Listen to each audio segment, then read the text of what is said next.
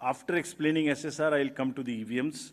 बहुत बार ईवीएम्स के बारे में हम लोग बात कर चुके हैं, लेकिन आज मैं फिर से ये सब एक पब्लिक डोमेन में डालना चाहता हूँ, ताकि ये अभी अब स्लाइड्स भी आपको ये वाली सब हाथ की हाथ सोशल मीडिया पर भेजी जा रही हैं। Let me explain this properly again, क्योंकि इतने डाउट्स क्रिएट करने की कोशिश हुई है कि पब्लिक को पता लग जाना चाहिए। एक बार चुनाव की तारीख से 7 या 8 दिन पहले ईवीएम्स को कमीशन किया जाता है, उसमें सिंबल डाले जाते हैं, वो एजेंट के सामने डाले जाते हैं।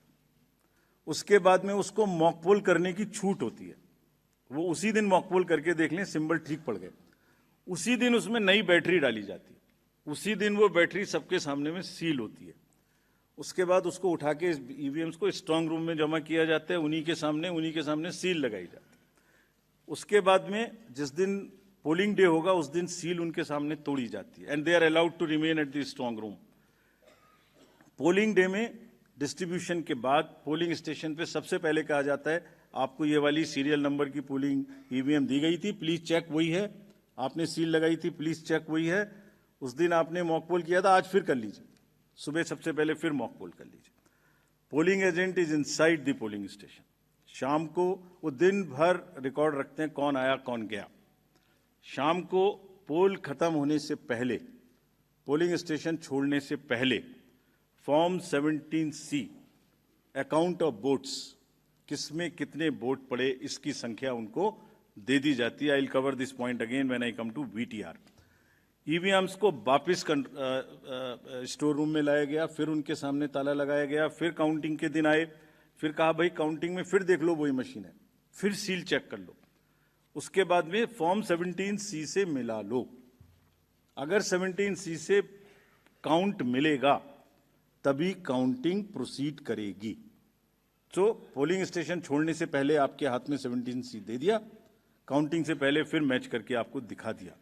उसके बाद 5 रैंडमली सेलेक्टेड वीवीपैट्स की गिनती भी कर ली।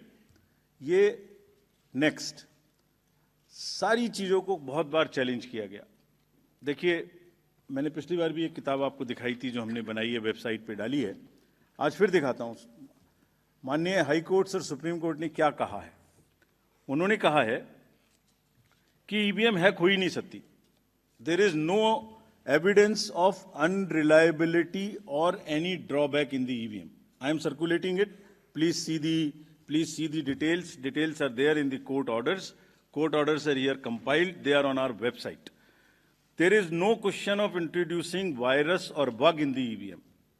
There is no question of invalid votes in the EVM. No rigging is possible. High Court and Supreme Court is saying continuously in different judgments which are here. No alteration in results is possible by activating a Trojan horse or a virus. Evidence inspires confidence of the court that they are tamper-proof. What else can be said? EVMs are foolproof devices for counting. Allegations of tampering are baseless. We are not saying. We are speaking now because we don't speak when elections are on. And I want to clarify this so that it remains. Questions are not asked. When asked, at least you are all equipped to check them before writing. Invention is undoubtedly a great achievement and national pride. EVM with VVPAT system ensures accuracy of voting system. ECI has successfully held free and fair elections. Lowering down of the image and prestige of the constitutional body cannot be allowed. On paper ballots, return to outdated paper ballot system is unwarranted, regressive. This is aimed at derailing the electoral process. What else can be said? Friends, everything is in the form of an FAQ available. We have uploaded, we have conveyed to from wherever these questions have come. Please refer to them.